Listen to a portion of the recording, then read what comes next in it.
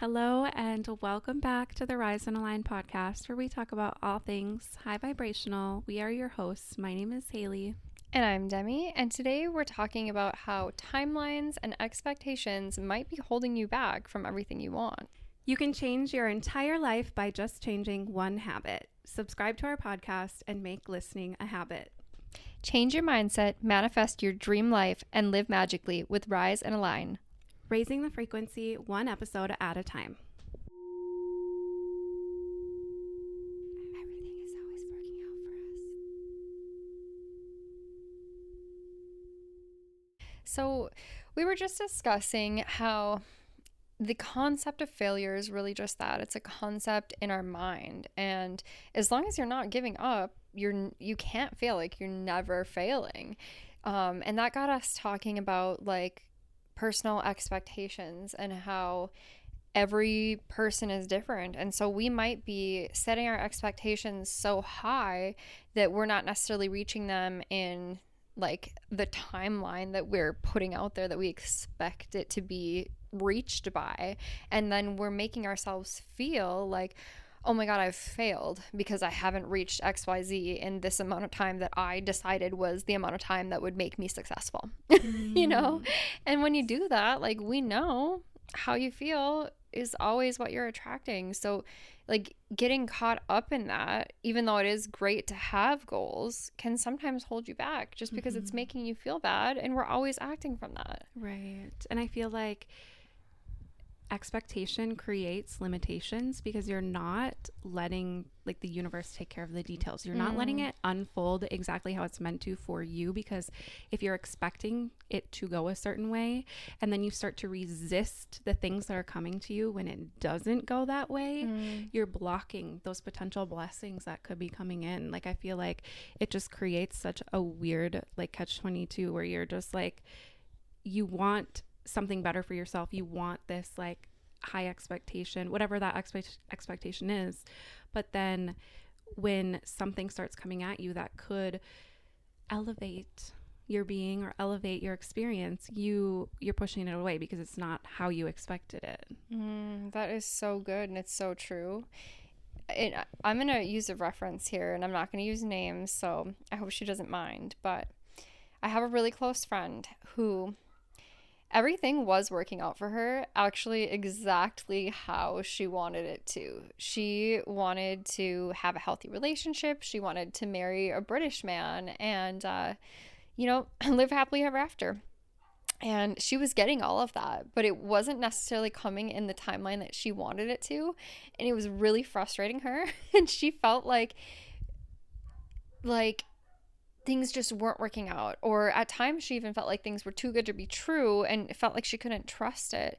And she was talking to me one day and she's like, you know what, I'm realizing that this is just my old belief system holding me back. She's like, I just came to this conclusion this one day that I need to let go and just trust that this really is actually working out for me. And it literally did. She married the love of her life and they're totally happy living, building their life together, and maybe everything didn't happen all at once, but it did happen when she just like came to that and was like, okay, it's gonna happen whatever timeline it's gonna happen. Totally. So I feel like it really does just come down to that old belief system, right? And whether it's from something that you've just kind of learned as a response to your environment, you learned it from your family, you learned it from society. Society loves to control our subconscious beliefs collectively. But I feel like it all comes down to those old belief systems. And if you get caught in that you're going to get let down every single time, I think, because of reasons we've already discussed. But I think that is also where failure comes from too, is this old belief system, this collective belief that we've been taught is like, if you don't reach this expectation that someone outside of you has set, you're a failure. You didn't do it right. You're like, that's not okay. Like, you're not good enough. And we're so stuck in that if we don't achieve what we perceive we want, then we fail. But that is not the purpose of life. Our life isn't to reach a certain outcome. It is what people always say, to enjoy the journey, to enjoy being here. And if you put everything into a specific outcome, one that is, you are setting yourself up for failure because you think things have to go a certain way. So then you literally create a scenario where you believe that you fail, even though that doesn't exist, but you're creating failure, basically. Like, you're creating that within your reality, or you're thinking that that's an option to fail, because if you think it doesn't go a certain way, then that's not okay. And I just think pairing that with the idea of like timelines, I think that's a big area where people really want to control too, is like the timeline, like when things should happen. And that again creates, I think, resistance and restriction, where you're going to feel like you've quote unquote failed because you're not aligning with this random timeline that you've set for yourself.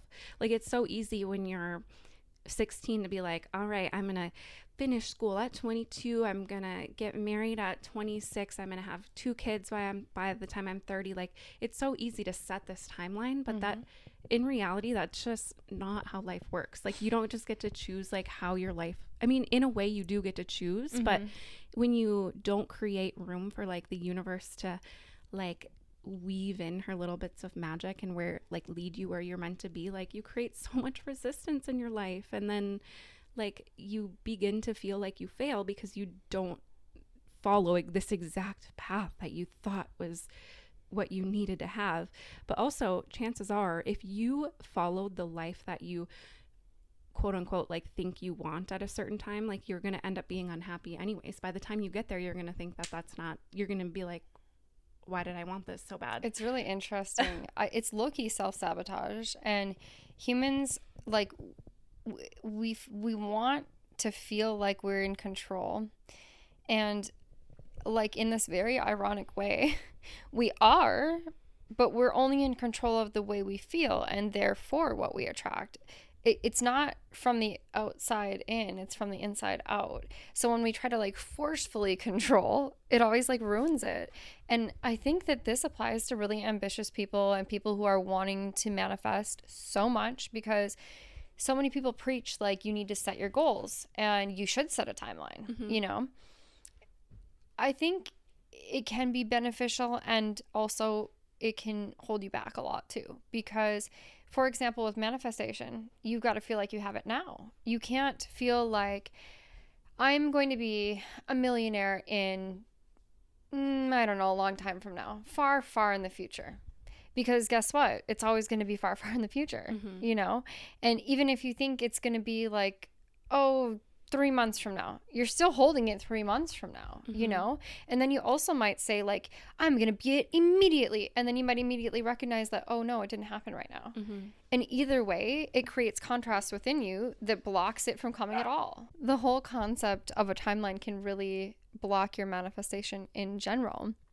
And then I think it can apply to relationships so much.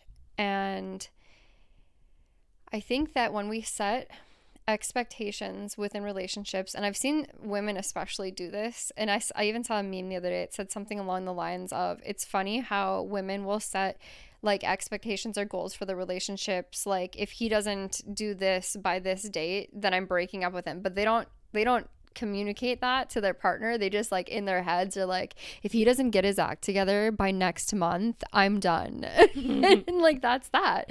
But when we do that, it's interesting because we're holding on to that concept, right? And we're ready to just walk away and leave. And that's not aligned with the energy of like him actually getting it together by then. Like, that's not, it's not going to allow what you truly want from the relationship to manifest in the reality. Like, any of those timeline expectations are not allowing, they're not flowing, and energy needs to flow in order for you to receive it. Like, it has to, like, that is the language of energy. You have to allow energy to flow. And if you don't, if you hold on to certain concepts or timelines, then you're not allowing yourself to receive that. And I think it's the same with money expectations, or like whatever goal you're setting, it's really the same, but money must flow as well. So if you're setting like a certain number in your bank account or something and you're not seeing that and you're focused on not seeing that, that too is blocking the goal. It is blocking the reception of the manifestation. Yes. And I think it's kind of funny because I don't know when clocks were invented, but probably the last couple hundred years, maybe. I don't know. But the universe doesn't like exist based on time. Like, in fact, like if the quantum field is like infinite time. There is no time. Time doesn't exist. There's only here now. So if we are living based off a clock or a calendar, a time, like that isn't aligning with the energy of the universe. The universe doesn't work on a timeline. The universe, history isn't like how we picture it, like 1884, like 19, like there's some infinite timelines happening all at once. Like that's just not how you resonate with the universe. You're on a different frequency of the universe if you are focused on time, because that's not a thing. Even, past civilizations, they resonated, or they worked their days around like the moon and the sun, but they weren't like, you and me, 2:00, let's like, they weren't, we got to go to work at 8 a.m. Like, no, they woke up with the sun and they went and did their whatever they had to do, hunt for food, like, but they weren't obsessed about exactly what time it had to be or exactly what day. And I think as a society now, we're so hyper fixated on pinning a time on everything. 100%. Like we're setting a meeting. Oh, like we want to talk through this. All right, here's a meeting from a month from now. And like, I get it. That's just kind of how we have to work now. But that's not how you align with your like dream life, is a clock and a calendar. Like that's not what's going to bring said manifestation to you. Aligning with the frequency of that is going to bring the manifestation to you. So I feel like goals can be helpful, but for like as your human self, that can be helpful, but as your divine like goddess manifester being, like higher self, you're not working from a timeline. You are learning how to just connect with the energy of money. You are money. Like money flows through you. Like it's not, I'm going to get money a week from now. I'm going to get, like that's just, that just doesn't make sense to me. It's really interesting. I've heard so many times that time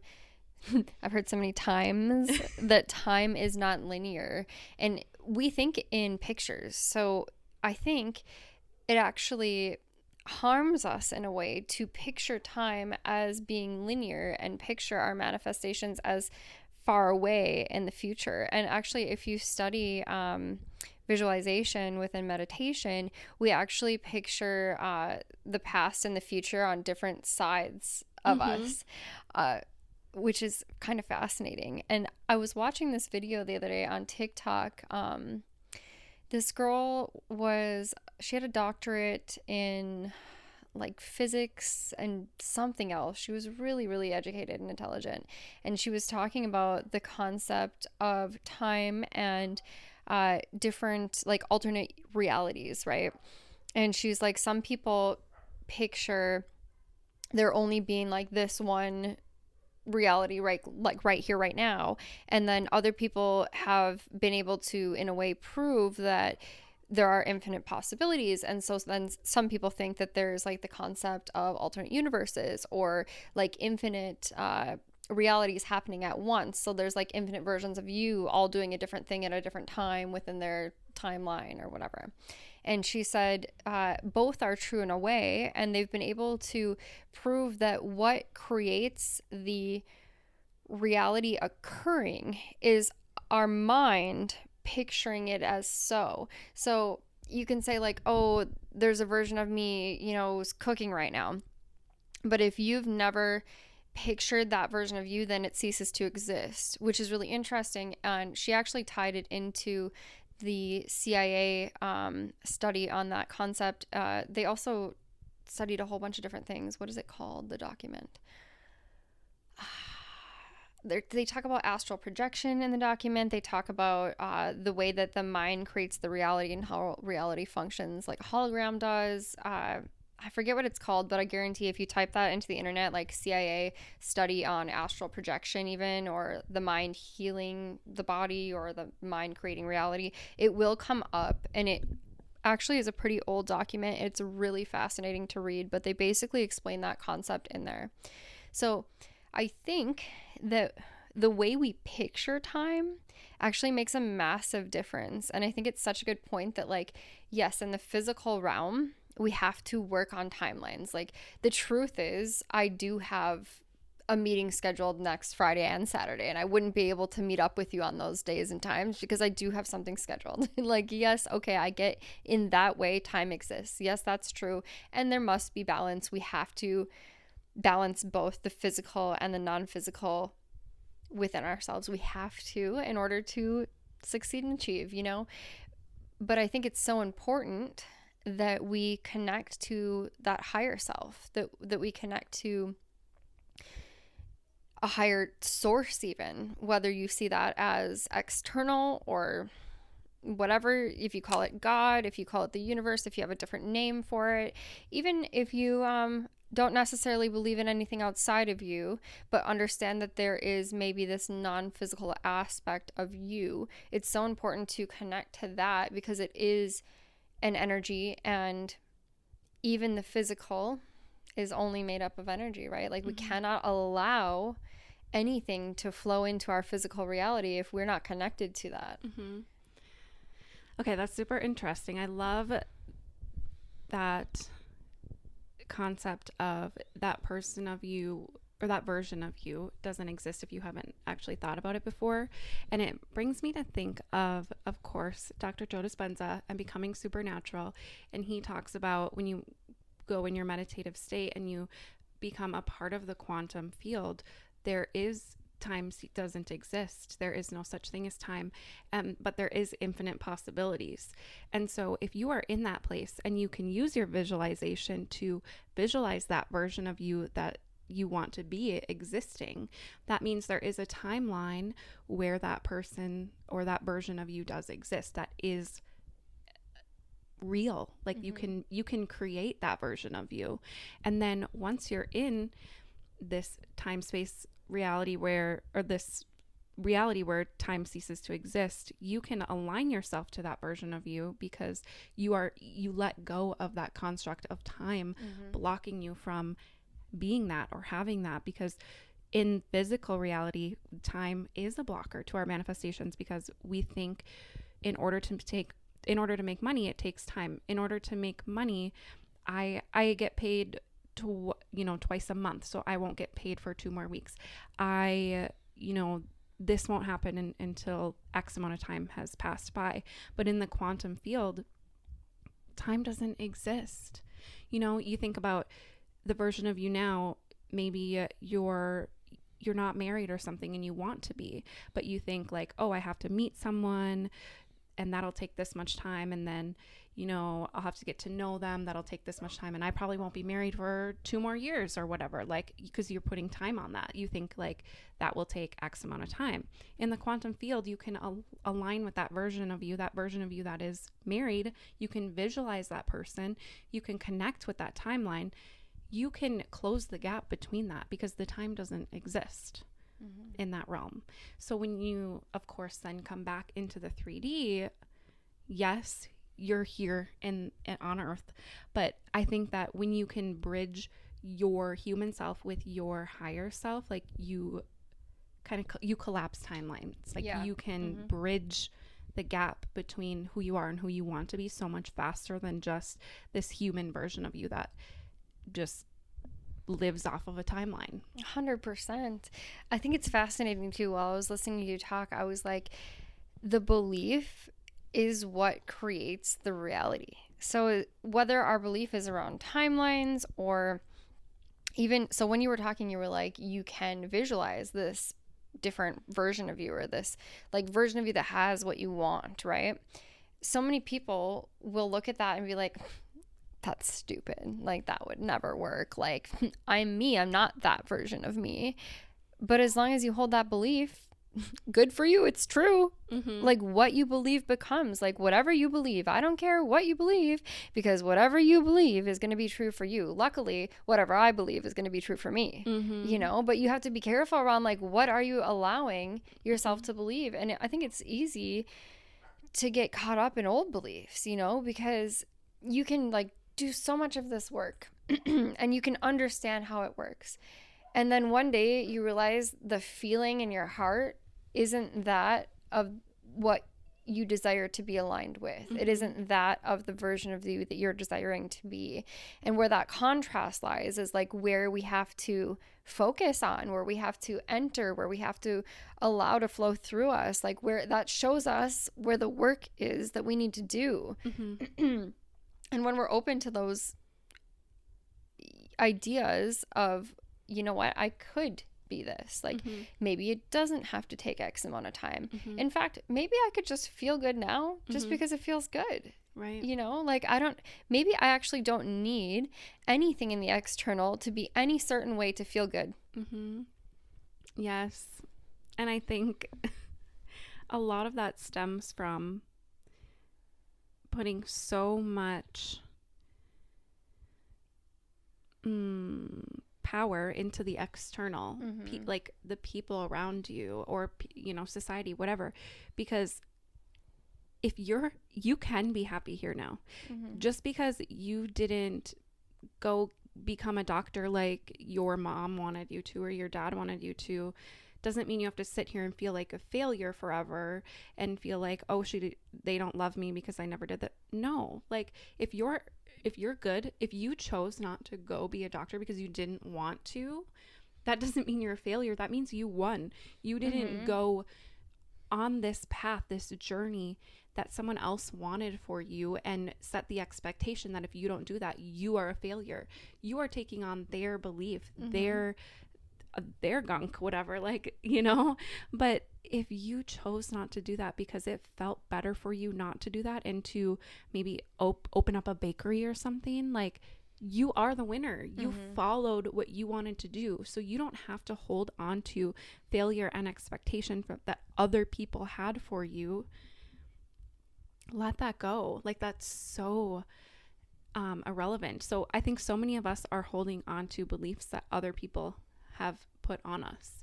Like, we don't need that. We don't, like, you have to start separating like what you want from what other people want for you.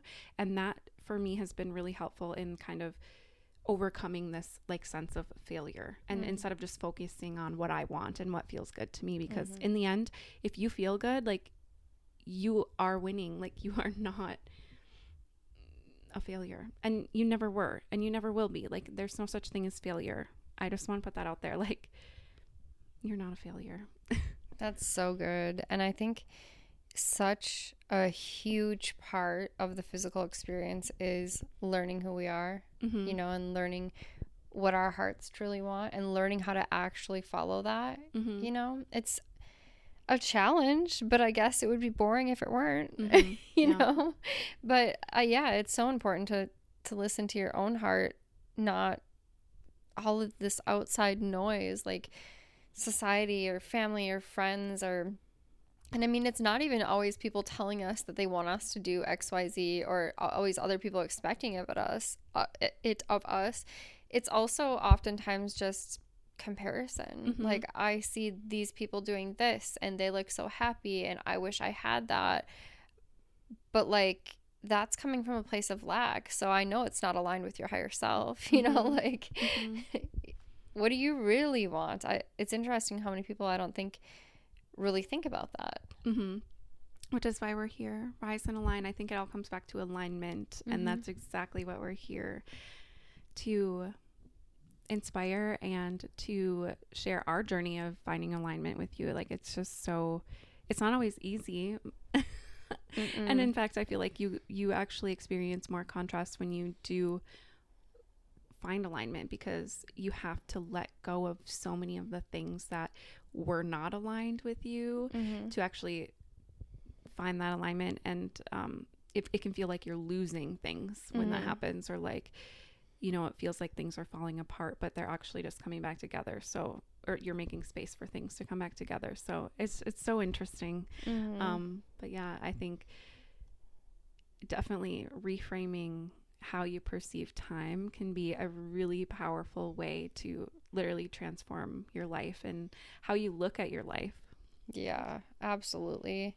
Also, you cannot expand without that contrast. So, to reiterate that point, like the people who are experiencing the most contrast are going to also experience the most expansion. And so many times when somebody's really ambitious, they hit so many hard spots, okay? Like I'm telling you, if you actually want to change your life, yourself, you're gonna have contrast. Like there's no way around it.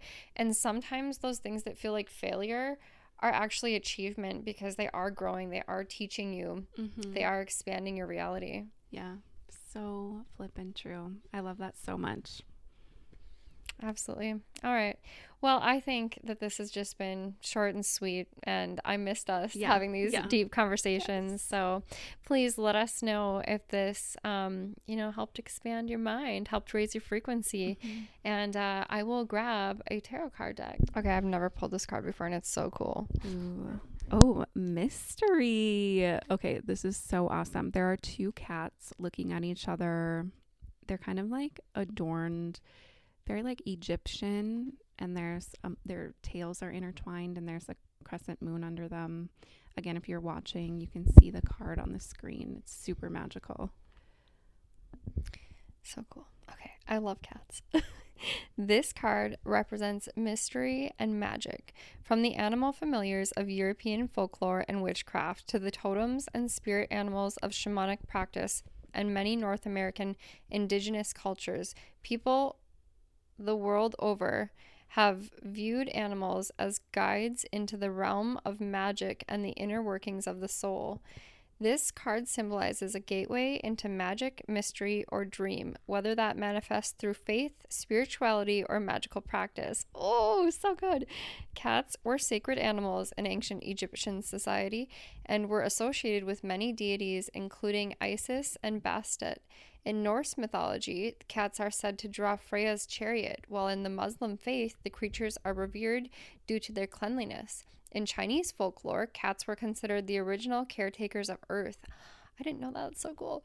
This card may represent a powerful, magical, or divine influence. The cat is both independent and social. They are both caring, empathetic creatures and deadly predators. Cats are complex beings who may be hard to read. This card reminds us that magic can be difficult to interpret, but to trust in what the universe has in store for you. So good. So good. Shadow reading. On the surface, the shadow reading of this card may warn you of ill omens, malicious individuals, or ill wishes. The black cat has often been maligned by folklore and Christian history as a portent of bad luck and evil. This is primarily a result of the demonization of cats as witches' familiars during the European and early American witch trials, and has sadly endured a superstition today. They were literally just eating the rats, okay? The shadow meaning of this card may warn you against seeing misfortune or curses where there are none.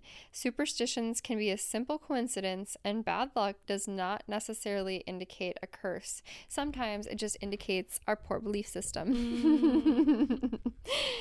Element, spirit, which is pretty much all we've been talking about this episode. Flora, primrose, carnation, catnip. I just gave that to my cat. Cinquefoil? I've never heard that word before. Cinquefoil? Cinquefoil? Yeah, cinquefoil. Yep. Myrrh, violet. Stones, labradorite, lapis lazuli, merlinite, and opal. Spellwork, past life regression, divination, seeking answers, amplifying other spellwork, and Samhain ritual. Halloween. That is so special and magical, and I love that so much. And it did just remind me of our episode that we did last year for Halloween. It is super magical and witchy. If you are interested in that, I highly recommend checking it out. We do talk about black cats in there too. Yeah, I just love this energy, and it's good for spooky season coming up. This card is really interesting. So to me, there's a crown at the top. I think that might represent the crown chakra. And I feel like that connects us to our higher selves. Mm-hmm. And the triangle is upside down as if it's drawing energy up. And then the cat's tails are intertwined, which we talked a lot about balance in this episode between the physical and non physical. Within the cats is like a bunch of plants growing upward, which to me represents earth. So, like, earth energy growing Right. up into the non-physical Mm-hmm. and bridging the gap. Mm-hmm. That is so good. It's so perfect. It always is. And the tails intertwining, like everything's connected, like we're all connected. That's so cool. So good. Also, the mandala kind of thing in the background here is very symbolic of the patterns within the physical reality that are actually non-physical. Mm-hmm. So cool. So cool. Sacred. I love that so much. Oh, well, thank you guys so much for being here. I hope you love this a little shorter episode, and we'll call it a solo episode. It's both of us, but it's like, you know, we're it's us, and it was really fun to do this style episode again. So if there's anything that you guys would love to hear us talk about, let us know in the comments, and make sure to like, subscribe, share, send this to the people that you love. I think that it is so important to be sharing high vibe content and messages with the people that you love, not just like things that are focusing on the things that bother you. So just putting that out there, and we love you guys so much. Absolutely. Thank you for helping us raise the frequency and interact so that this energy flows into your reality. We love you. Thank you. Bye.